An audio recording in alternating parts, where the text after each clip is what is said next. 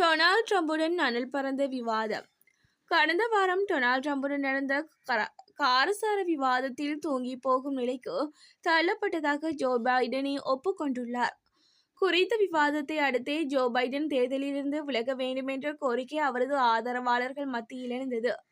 பிரபலமான பல பத்திரிகைகள் ஜோ பைடனின் நிலையை பரிதாபம் என குறிப்பிட்டுள்ளதுடன், ஜோ பைடன் கட்சிக்கு ஆதரவான பத்திரிகைகளும் அவர் போட்டியிலிருந்து விலகுவதே முறையாக இருக்கும் என்றும் குறிப்பிடப்பட்டுள்ளன. தற்போது டொனால்ட் ட்ரம்புடனான முதல் விவாதத்தில் தாம் தூங்கி போனதாக ஒப்புக்கொண்ட ஜோ பைடன், தமது சிறப்பு குழுவினரின் ஆலோசனைகளை தாம் நிராகரித்ததாகவும், மேடையில் தூங்கி போகும் நிலை ஏற்பட்டதாகவும் குறிப்பிட்டார்.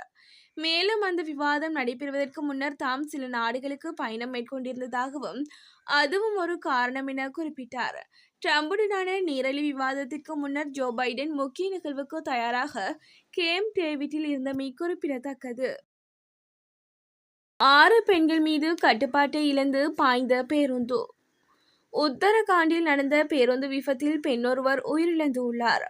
உத்தரகாண்டிலிருந்து மாலை வேகமாக வந்த பஸ் 6 பெண்களை மோதி விபத்து ஏற்படுத்தியது.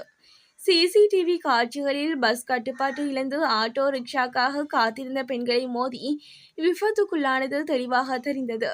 துரதிருஷ்டவசமாக ஒரு பெண் சம்பவ இடத்திலே உயிரிழந்தார். காயமடைந்த 3 பெண்களும் எதிர் திசையிலிருந்து வந்த ஸ்கூட்டர் ஓட்டுநரும் அதிர்ஷ்டவசமாக விபத்தில் சிக்காமல் தப்பி ஓடினர். காயமடைந்த பெண்கள் மாவட்ட மருத்துவமனைக்கு கொண்டு செல்லப்பட்டனர். ஒருவரது நிலை கவலைக்கிடமாக உள்ளது. பஸ்ஸில் புனித மேரி மேல்நிலைப் பள்ளியின் பெயர் அச்சிடப்பட்டிருந்தாலும் பள்ளியுடனான தொடர்பு குறித்து அதிகாரிகள் விசாரணை நடத்தி வருகின்றனர். மாலை 5 மணியளவில் விபத்து குறித்த தகவல் கிடைத்தது. முழு விசாரணை தொடங்கப்பட்டுள்ளது என்று உத்தரகாண்ட் உத்தம் சிங் நகர் மாவட்ட காவல் கண்காணிப்பாளர் மஞ்சுநாத டி சில்வா தெரிவித்துள்ளார். இலங்கையின் உணவு பணவீக்கத்தால் ஏற்பட்டுள்ள மாற்றம். கொழும்பு நுகர்வோர் விலைச்சுட்டன் மதிப்பீட்டின் பிரகாரம் நாட்டின் பணவீக்கத்தில் மாற்றம் ஏற்பட்டுள்ளதாக தெரிவிக்கப்படுகிறது. அந்த வகையில் கடந்த மே மாதம் 0.9% பதிவாகியிருந்த பணவீக்கம் ஜூன் மாதம் 1.7% உயர்வடைந்துள்ளது. அதன்படி கடந்த மே மாதம் 0 பதிவான உணவு பணவீக்கம் ஜூனில் 1.4%, மே மாதம் 1.3% பதிவான உணவல்லா பணவீக்கம் ஜூனில் 1.8% உயர்வடைந்தன. இதற்கு உணவுப் பொருட்களின் விலைகள் மற்றும் உணவல்லா பொருட்கள் சேவைகள் கட்டணங்களில் அவதானிக்கப்பட்ட அதிகரிப்பு காரணமாக அமைந்துள்ளது.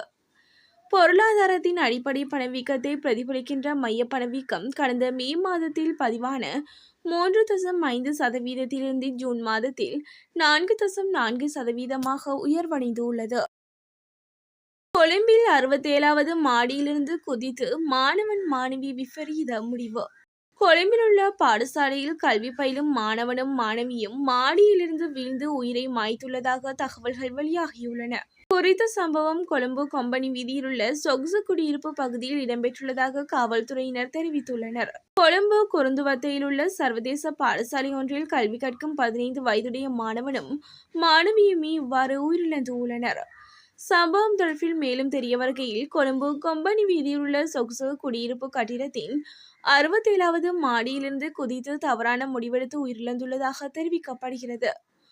உயிரிழந்தவர்கள் வெள்ளவத்தை மற்றும் கலனி பிரதேசங்களைச் சேர்ந்தவர்கள் என காவல்துறையினர் தெரிவித்துள்ளனர். மாணவர்கள் உயிரை மாய்த்து கொண்டமைக்கான காரணம் இதுவரை வெளியாகவில்லை. இந்த நிலையில் சம்பவம் தொடர்பில் மாணவர்கள் தங்கியிருந்த இல்லத்திலும் மேலதிக விசாரணைகளை காவல்துறையினர் மேற்கொண்டு வருவதாக தெரிவிக்கப்படுகிறது. உலகளாவிய ஆடை திட்டம் தொடர்பான ஒப்பந்தத்தில் கைச்சாத்திட உள்ள இலங்கை. இலங்கை ஏற்றுமதி அபிவிருத்தி சபைக்கு பொருளாதார விவகாரங்களுக்கான சுவிஸ் அரசு செயலகத்திற்கும் இடையிலான உலகளாவிய ஆடை திட்டம் தொடர்பான உத்தேச ஒப்பந்தத்தில் கைச்சாத்திடுவதற்கு அமைச்சரவையால் அங்கீகாரம் வழங்கப்பட்டுள்ளது. ஆடை கைத்தொழில் துறைக்கான உலகளாவிய ஆடை வேலை திட்டத்தின் 2ஆம் கட்டத்தை நடைமுறைப்படுத்துவதற்காக சுவிஸ் பொருளாதார விவகாரங்களுக்கான செயலகத்திற்கும் EDBக்கும் இடையில் திட்ட உடன்படிக்கையில் ஈடுபடுவதற்கு முன்மொழியப்பட்டதாக அரசாங்கம் கூறுகிறது.